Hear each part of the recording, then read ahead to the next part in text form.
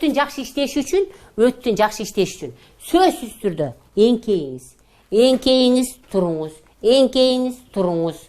Анан дагы бирөөсү колуңузду түйүп, оң кабырганын астына киргизип, ошол оң кабырганын астында көрүңөрбү, мына оң кабырганын астында өт турат дейм. Ошо общий эле өттү массаж кылыш керек. Муну тамак ичердин астында сиз сөзсүз түрдө тамак кайсы мезгилде жакшы сиңет, тамак өтө жакшы куйса сиңет. Демек сиз тамак ичердин астында 10 мүнөт 15 мүнөт астында сөзсүз түрдө колуңуз менен оң кабырганын астын басыңыз, өйдө ылдый болуңуз.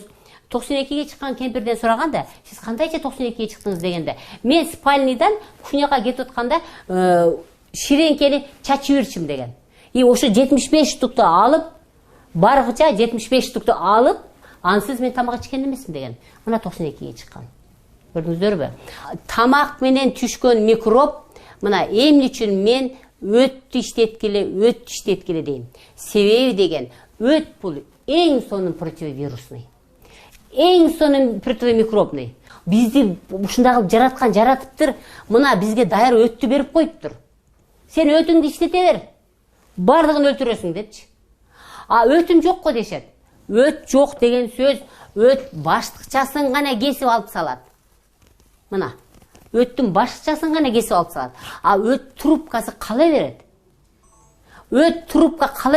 Өт боордон жасалат. Ошон үчүн боорду да сакташ керек.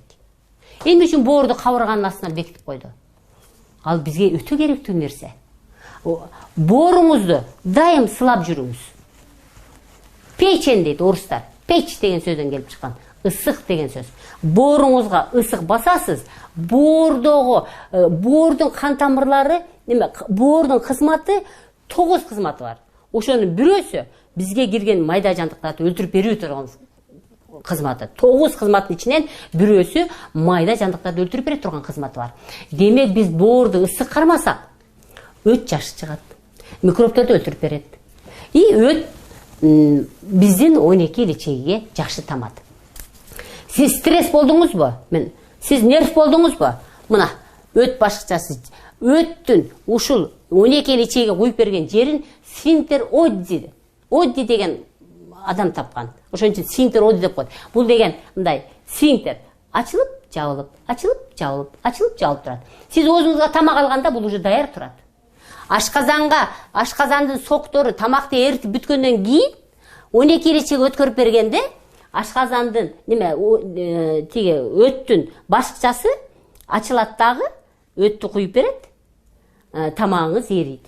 Ошол тамак менен түшкөн, суу менен түшкөн, кан тамыр менен келген микробдун бардыгы мына ушул 12, мына кичинекей эле жерибиз, мына 12 ичегиде өттүн айынан бардыгы тазаланат.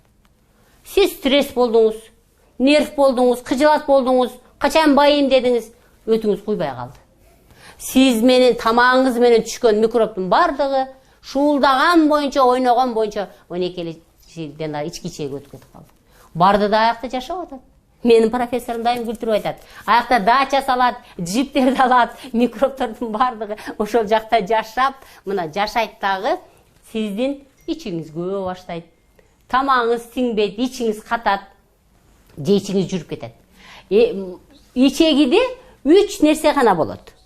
Же ич катат, же ич көбөт, же ич жүрүп кетет. Эмне үчүн? Мунун себеби өттүн айынан болот. Мына ушул 12 ичегидин ичине куюлган өттүн точкасы, эки абалда, сиз стресс болгондо эки абалда катып калат.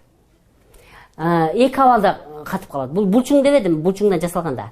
Эгерде бул жабылып калган болсо, анда сиз однозначно запор менен. Только ичиңиз катат. Эгерде ушул абал ачылган боюнча калып, муногу түтүкчөнүн оозу ачылган боюнча калган болсо, дайыма тып нормадан ашыктагы тамчылай берген үчүн сиздин ичиңиз жүрө берет. Мен муну практикамда көрдүм. 90% адамдардын ичи катат, 10% адамдардын ичи жүрүп кетет. Тамак сири жүрүп кетет. Эмне үчүн?